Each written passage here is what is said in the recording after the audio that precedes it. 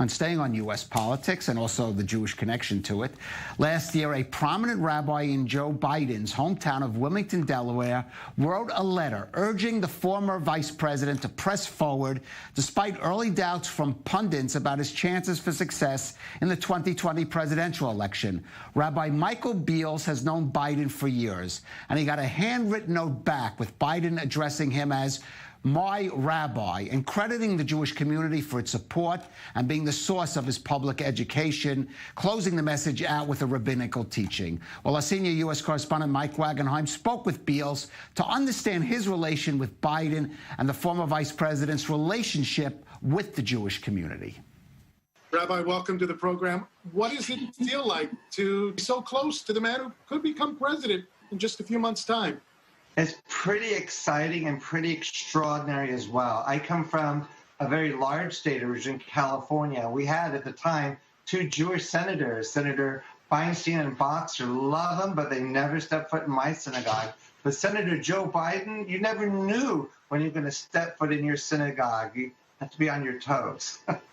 Vice President Biden has made no secret of his Catholic roots. He often brings it up in a conversation, whether political or personal, but he does have two children who married Jewish spouses. So obviously this is something that's within the family. Tell me about once this happened, once Jews were in the family, did it change your relationship with him in any way? I don't think I was aware, as you were, about his Jewish connections. He never really brought those things up until he was vice president, and it was time for the lighting of the National Hanukkah menorah, the Chanukiah. And he didn't go up on the cherry picker. I think he had one of his Chabad friends do it for him, Rabbi Shem Tov. And but he hosted a beautiful party with sufganiyot and latkes v'chule. And then he looked at his watch. He said, "I have to go. It's time for me to light the Hanukkah menorah with my own grandchildren." And off he went. So it was so authentic and so real, and like he put family first. So I was very impressed. I got to ask you, because he recently had a gaffe in terms of the African-American community.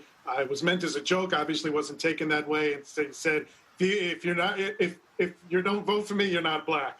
Right. On the other side of the political spectrum, Donald Trump has made similar remarks about the Jewish community. How can you be Jewish and not vote for me? So we've seen kind of this coming from both ends. What, in your opinion, does Joe Biden have to offer the Jewish community in order to secure their vote, in order to favor their vote? Joe Biden tells a lot of stories, true stories, but the one that maybe doesn't get reported on a lot and maybe should be reported on more is his use of the word Zionist to describe himself. And he is very much a product of the dinner table that he was raised in or up in.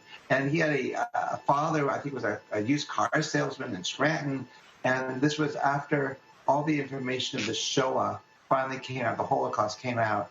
And his father said to him, the Jews need a state of their own. Had the Jews had a state of their own during the Holocaust, this wouldn't have happened. They would have a home to go to. And Biden told his Jewish audience, I think it was at AIPAC, an organization he's never shied from attending. He said, from that point on, we were all Zionists. And I consider myself a Zionist to this day. And he wasn't using the term in terms of like Christian Zionist, which has its own kind of tweak to it. He just meant Zionist, the way that Golda Meir was a Zionist, or Elie Wiesel was a Zionist. And the fact that it was part of his upbringing means it's in his fabric. He's not pandering to the Jewish community. It's who he is.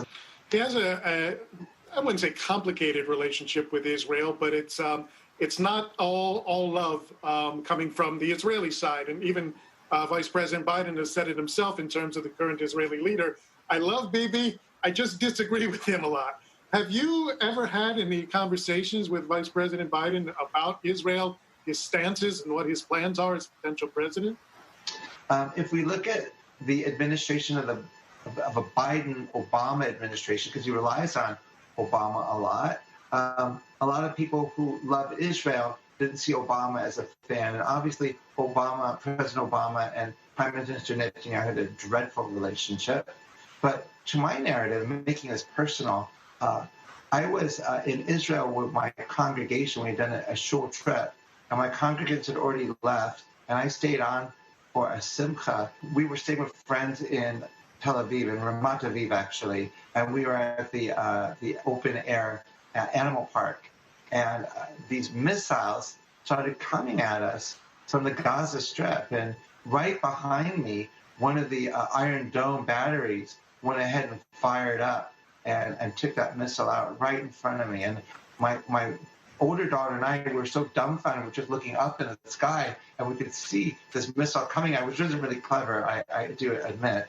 And then we saw this Iron Dome take it out. And later on, as I kind of explored how did it all happen, it was President Obama, so we have to say Obama and Biden, who actually went above the request that the Israeli government meant for help and support, and funded the Iron Dome research. And that Iron Dome was there because of Biden and Obama. So in a way, I owe the current vice president, well, Biden, I owe them my life. I owe them my family's life. So this is rather personal. So it's not talking about Israeli politics and U.S. foreign policy under Obama and Biden, actually living it in action. And actually under Obama-Biden, more money was given to Israel than at any other time for defense. And so when you look at the actual sheet, like not the how did Obama and Netanyahu get along, and how did, but really if you look at Tachlis, under that administration, they never did better. Rabbi Michael Beals, thank you so much for joining us. Thank you, Shalom Aleichem.